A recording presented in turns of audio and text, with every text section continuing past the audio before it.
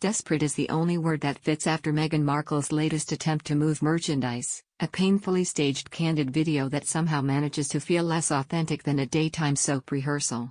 In the clip, released just hours ago, Meghan breezes into Prince Harry's home office clutching her new chocolate bars, presenting one to him like a charity donation. At Harry's feet sits their dog, Mamma Mia, perfectly positioned, perfectly lit, and, miraculously, perfectly calm, as if awaiting direction from behind the camera. Seriously, what is this? Is this how chocolate is gifted now? Because if the goal was to demonstrate warmth, intimacy, or even basic salesmanship, the result lands somewhere between awkward and alarming. The video plays like a 7th-grade drama exercise, complete with stiff blocking, memorized lines, and an abrupt emotional freeze at the end. The reason for this sudden domestic theater is obvious, as ever. Meghan's lifestyle brand is floundering. Products aren't moving. Interest is non-existent. Even her most loyal online defenders appear indifferent. So now, in what can only be described as a last-ditch maneuver, Prince Harry himself has been dragged into the sales funnel. Yes, the son of a king is now reduced to cameo appearances to hawk chocolate. And not just any chocolate, white chocolate. A choice so questionable it practically begs analysis. White chocolate, long criticized for being overly sweet and lacking depth, is reportedly the slowest seller. Negative feedback has followed it relentlessly, yet that's the bar Harry conveniently chooses on camera. Why? Because the message is painfully clear: please copy him. Please buy what no one else wants. Meghan's smile throughout is strained, calculated, and oddly detached.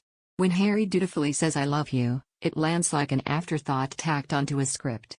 Meghan giggles, but never returns the sentiment. There's a brief pause where the viewer can almost hear the internal monologue: keep smiling, keep it light, don't break character. The moment feels less like affection and more like obligation. The production details only deepen the sense of desperation. The dog wasn't wandering into frame by chance, everything about the scene screams premeditation. The bed placement, the lighting, the camera angle, the props in the background. This wasn't a spontaneous moment, it was a carefully choreographed attempt to manufacture relatability. Unfortunately, the result is a shadowy, overproduced vignette that feels more eerie than endearing. Then there's Meghan's outfit, oversized, shapeless, draped like a costume designed to obscure rather than flatter. It's hard not to think of Zoolander's exaggerated fashion parodies or even something gothic, as she glides through the room like a carefully styled silhouette. The look adds to the sense that everything here is performative, nothing quite real, nothing quite human. Harry, meanwhile, continues his long, strange descent from royal spare to lifestyle prop. Once defined by his grievances about being second to his brother, he now appears content playing second fiddle to a failing brand.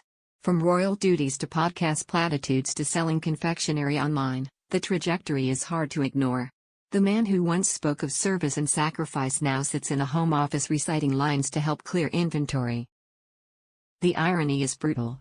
Meghan's marketing budget appears exhausted, her brand hanging by a thread, and this awkward video feels like the final tug on that fraying rope. If this is the strategy meant to revive as ever, one has to wonder how long the smile can last, especially when the chocolates remain unsold, the audience unmoved, and the illusion of effortless success finally melts away.